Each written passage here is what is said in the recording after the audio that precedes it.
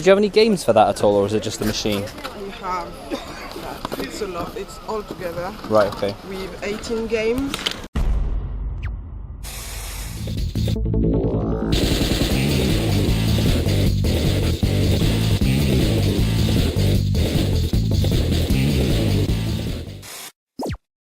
What is going on, guys? Welcome back to the Free Trading Game Collection Challenge, the series where I look to build a video game collection, like the one that you see behind me, without spending any money. How do we do it? Well, in a nutshell, I go out and buy video games, consoles and bundles, sell on part of what I buy to make the money back, and sometimes make a profit. In fact, the profit that we've made so far in this series is on screen, and the rest of it we take into CEX, trade it in, get a voucher, and buy what we want. Or if there's something in that bundle that we pick up that we want to keep, like, for example, where's my head going? It's difficult because this is opposite to the camera that I used to use. So, that was in a bundle, that was in a bundle, and that was in a bundle as well. And I sold on the N64, which sold, by the way. So we made our money back on that. And then we managed just to keep those games. So, camera-wise, I know the quality is horrendous. I apologise. New memory cards coming tomorrow, and then I'll start using the other camera again. I may continue to use this audio, though, because I just think it's better. But if you haven't missed anything, go back and check out the playlist. There are 30 plus videos, potentially, for you to go and check out how we've built everything that you see behind me from nothing. When I started, the bookcase wasn't even there. It was just blank completely behind me. Now we've accumulated all this stuff. There's Wii remotes and lamps even. There's a PS2 there. You can't really make it out, but that is a PS2. The Killzone 3 a special edition helmet, I think. There's a Wii U behind a skate disc. There is actually an Xbox One controller there. And underneath that, again, there are consoles. Wii U, Xbox One. There's a Mega Drive as well. There's another Mega Drive, actually, in that box. But I also have a Mega Drive down there. So we have 2 Mega Drives in the collection. I don't know why, it just sort of happened. But there we go.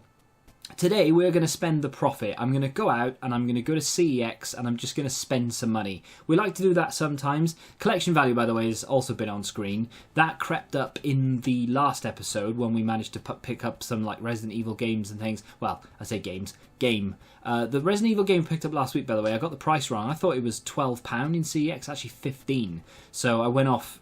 What I do there is I tend to just go on CEX prices because that's generally where we're getting the games from. So most of this stuff is valued based on CEX. But if I buy it for a set amount in a shop or whatever, like game, I'll use game prices, that kind of thing. So, we're in a very good spot. We've still got a lot of cash profit to spend. We're going to continue to do these episodes once a week, maybe twice a week at this rate, because I'm just not picking up any console deals or anything. But let's head into the boot sale first. So this first deal here, I say deal, I missed this. The guy in front of me picked up the Elite controller. He was having a chat with him. He was very sceptical as to whether it worked. The stall owner was saying repeatedly that it did work. But he wanted, I think he wanted 30 quid for it. Now, an Elite controller is worth a lot more than that. But in a boot sale, you have to go on if the item is broken. You can't just assume that it's going to be working. So I walked away from it regardless of whether that guy actually picked it up or not.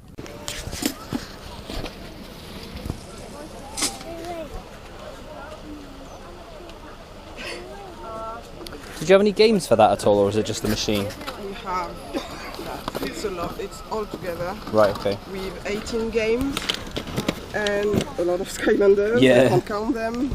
Boots or. And you selling it all together, or? Yes. Yeah. How much did you want for it all? 120. Right, okay. This was unfortunate. £120 for all these games, loads of Skylanders. I don't know much about Skylanders, but I know some of them can be worth money. And the console, of course, was boxed. I wanted to do it, but I just didn't have £120 spare on me to be able to buy all of this. They weren't willing to sell any of the games individually, so unfortunately I had to walk away.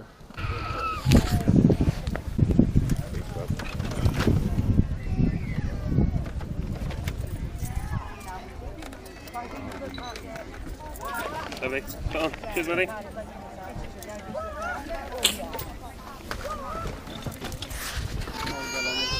How much did you have on that? It's 30 quid for the lot. Right, All the okay. Xbox stuff. Alright, no worries. This is one of those, had I known it was working, maybe. The white consoles are notorious for having that red ring of death. I've gone through 14 of them with that fault back in like 2005 to 2009-ish. And then when they brought the new ones out, I didn't have that problem anymore. I would be very reluctant to spend any more than, say, £10 on one of these original white Xbox consoles.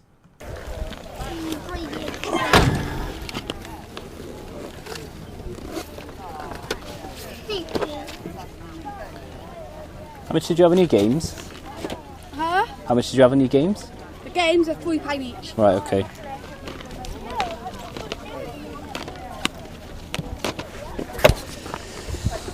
So we're in CEX now looking at some games. £3 each on those Xbox games in the boot sale. Wasn't terrible, by the way. That was about fair.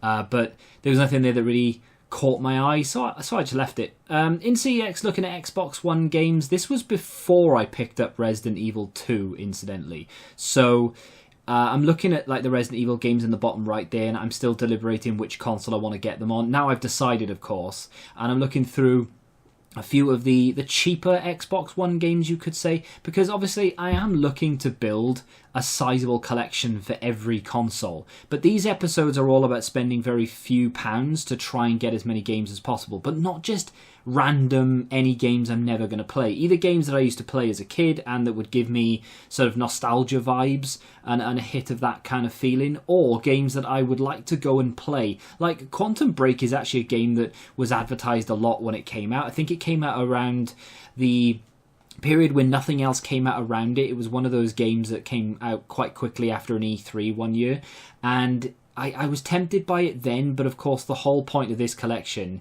is that I'm trying to go through games that I'd never really had a chance to play.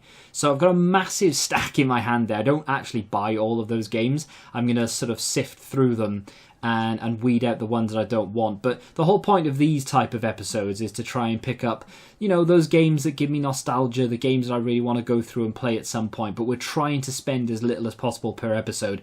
The limit is £15. I'm not just going to buy Xbox One games in this episode. In fact, I go through...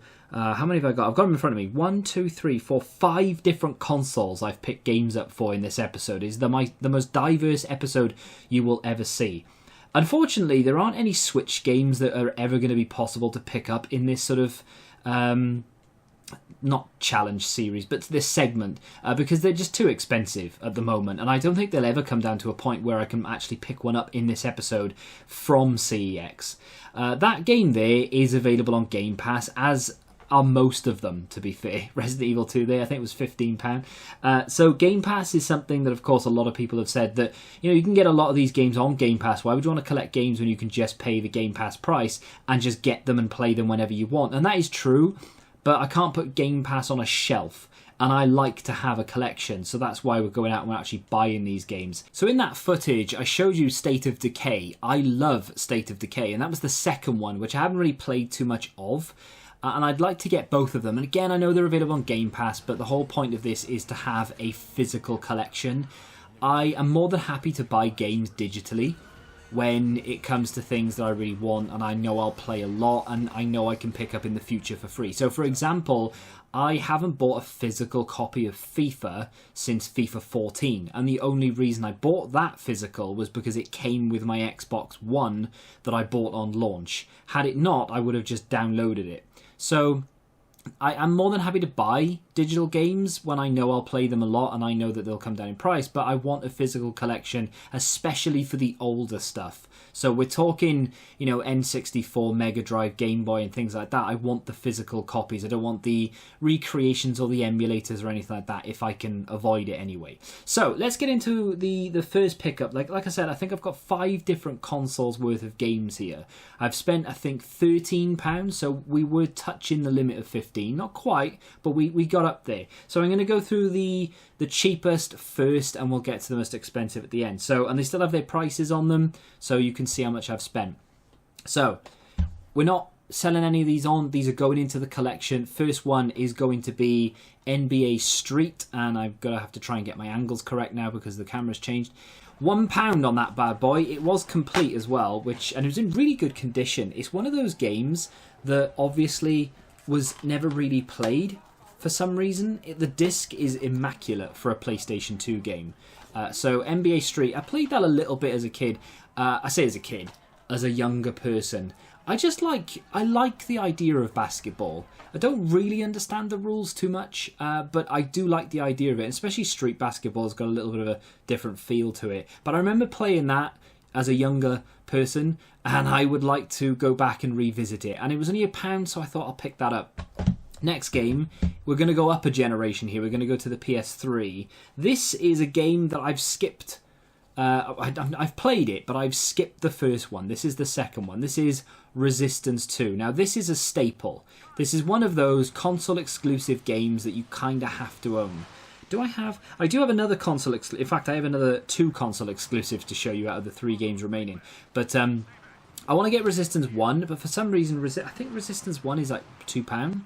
I think I can get that cheaper. Is this complete? Wherever possible, I will get them complete. And there it is. Obviously, I've not tested it, but they come from CEX. So they must be working, right?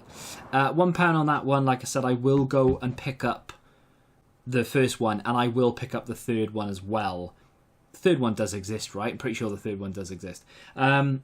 Last week, or last episode, we picked up Far Cry 4, which I said wasn't the best Far Cry game by any stretch of the imagination. The best Far Cry game is Far Cry 3. There it is. I bought it on the Xbox 360 as opposed to the PS3 because that's where I played it. This is one of my most favourite games of all time. It's got such a good campaign. Very, very enjoyable. If I went back and played it now, maybe I wouldn't enjoy it as much. And that is going to be the same for most of these games, to be fair. It took me ages, by the way, to find one with a manual. That is not a common occurrence in my CEX. I went through every single case and I could not find, for the life of me, that disc is just not in very good condition. You're not going to be able to see it, unfortunately. It'll look good to you. There you go. You can see the scratches on it. That comes from CEX. If I tried to trade that in, they would laugh at me. But I have to pick up Far Cry 3. It's been a long time coming, that one. I had to pick it up. Then we're going to go over to the Wii. Not the Wii U. We're going to go to the Wii. What has he bought? Because I've got one Wii game in my collection. And if I can... there you go. And it's still got a 20p sticker across the front of it as well. That is the only Wii game in the collection. Little League World Series Baseball. That is about to have a friend, but it's about to have a first-party friend. We have gone for Mario Strikers Charged Football. The new one is out on the Switch. I really, really want it, but I really did enjoy this one when I played it, and I was shocked that it was only £3.50. I couldn't quite get over the fact that a first-party Mario game, essentially, is £3.50 on any console. Again, complete, and it's not even just complete, it has all of the original paperwork. There it is, that way round. So that when people go through my collection, not that they ever will, you'll get to see that it has a manual in there. Is the disc in good condition? Disc is fine. So £3.50 on that one. Not the most expensive game that we've bought today, but I was just really shocked that it was £3.50 and I just had to pick it up. It was just one of those, really? £3.50 for a Mario game? I know it's not like the most popular Mario game. It's not like a Mario World or Paper Mario type game where people will spend a lot of money on it, but it did take me by surprise that I could pick that up for £3.50. And I have a Wii remote, so I can actually play the damn thing as well. I had a look on the back, and it does say Wii remote and nunchuck only, so you can't use a controller, maybe? I don't know. That would be a little bit stupid, but anyway. And the final game, another first-party title, this time on the PlayStation 4. I have gone with Horizon Zero Dawn. I have not played this game, but it looks pretty damn good. And what I mean by that is it actually looks good. The graphics look really, really nice. I know that there is a new one that I will potentially pick up at some point. I've just noticed, though, that this case, I think this might have come with a console or something, because it has not to be sold separately on the back. Now, I'm almost certain that not all of them would have had that, right? It doesn't have a manual, although it does have a little information thing. But yeah, it's got like 27 different languages on the front there, which I'm not sure is common of the main one, so maybe I've picked up a bit of a bum case there. I don't know. Out of curiosity, I'll look in the future just to see. But that was £6 on that one. That probably will come down in future. However, I feel like it won't go that much lower. It might go down to like 4 or 5, but I'm happy to spend 6. So let me take out that baseball game. I spent £13 on those games. And to be fair, there are some solid titles there. And like I always say it, you don't need to go out and buy the newest game. For example, this. And especially in these times, and I know a lot of people watching this will be younger and you won't really have to be paying energy bills and stuff. But with the way that money is at the moment for a lot of people, energy bills are going up and up and up. Petrol is coming down, but it's still ridiculously expensive. You don't have to go out and buy the newest 40, 50, 60 quid Mario game. You can go back and pick this up. In fact, forget the rest of these games. You could buy this and a Wii for less than you can get the new game on the Switch, which is just crazy. If you go to a car boot sale, even you look on Vinted, maybe you go on eBay, local Facebook marketplace or whatever, you could pick up a Wii for between £10 and £20 quite comfortably. Maybe not right now, but in a day or two, in a week, you will find one. It's not difficult. I find them all the time. And then you could buy this. So for £23, £25, you can get this game, probably a few other games, and a console for the same price that you could get the new one. Now, don't get me wrong. I know that not everyone is going to be in a bad financial situation where you have to be looking at things like that, and not everyone's going to want to go back to the older game. It's like saying, well, why do you need FIFA 23 when you can go play FIFA 18? FIFA 18 is probably going to be better. However, I understand people want to play the newer games, but if you are looking to game on a budget and maybe you haven't played this, or maybe you've played it a little bit and you'd like to play the new one, just go back and play this. This has character. This is a really good game. And for £3.50, that is a bargain. And even going back to something like this, that has got a fairly long campaign. There's a lot of side quests in it, but it's just a really good game. The graphics may not be as good, and in fact, they will not be as good as the newer titles and the newer consoles, but it is still a very, very good gaming experience. And that's kind of what I'm trying to... I'm trying to build a collection, but I'm also trying to promote going back and playing older games. I'm not one of these people who will go back and play strictly Master System, SNES, NES and things like that, and will snub all the new stuff. I love new games, but I love old games, and I think you can have and find enjoyment from anywhere along the gaming spectrum. And that's kind of where I'm at with it. They will be added to the collection right now. You will see some sort of overlay on screen of that happening, I'm sure. We have spent £13. I will deduct that from the total cash profit of the series, and the updated totals will be on screen for you right now. I will add £13 to the collection, so we're just taking from the cash and add into the collection value in that instance.